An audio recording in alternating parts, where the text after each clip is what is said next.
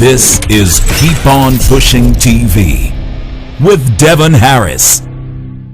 Let me unpack the concept a little bit because I think I want people to really understand the difference between pain and suffering. This is one of my guiding principles, and it's not something that I was aware of right out of the gate.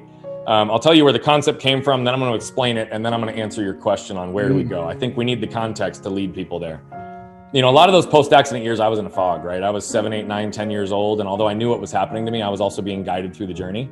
But my parents were certainly not, right? They just weren't. I think, the unrelenting medical treatments, years of physical therapy, years of surgeries, they were very intimately aware of it. And the idea of seeing their son grow up without the use of his left arm was a source of great suffering for them.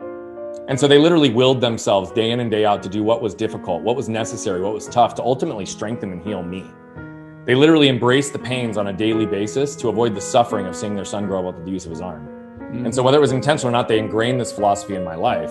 And so let's break this down into a couple of different examples. We can embrace the pain of hitting the gym for 30 minutes a day to avoid the suffering of aches and pains of a sedentary lifestyle. We can embrace the pain of a difficult conversation with a loved one to avoid the suffering of a loveless marriage that might end up in divorce, or alternatively being stuck in a marriage when we really want the divorce.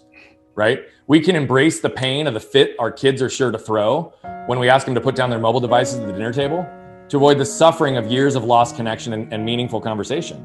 Right? And this goes on. As business owners, we can embrace the pain of firing our top salesperson to avoid the suffering of stagnant growth and losing all our other top talent because they're the biggest cancer in our culture.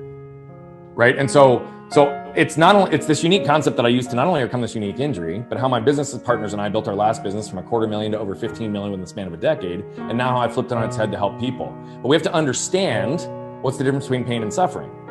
Pain by itself, right, is defined as short-term, intermittent, and direct cause of something. And it's healed once that direct cause is removed. But what we tend to do as human beings is we always have to change definitions of things by putting adjectives and other things in front of them. So what do we often do, right? We describe them as acute pain and chronic pain. Yeah. Acute pain fits the definition because it's short-term, intermittent, it's not something that's there. But chronic pain changes the definition because it implies that healing doesn't ever exist, doesn't ever take place. And so I'm going to challenge people to say, look, here's the deal. Let's not call it chronic pain. Because anything that's longer than short-term, intermittent, and persists after that direct cause is removed is actually suffering. And we don't want to admit that suffering exists, particularly when it's a direct result of our choices, right?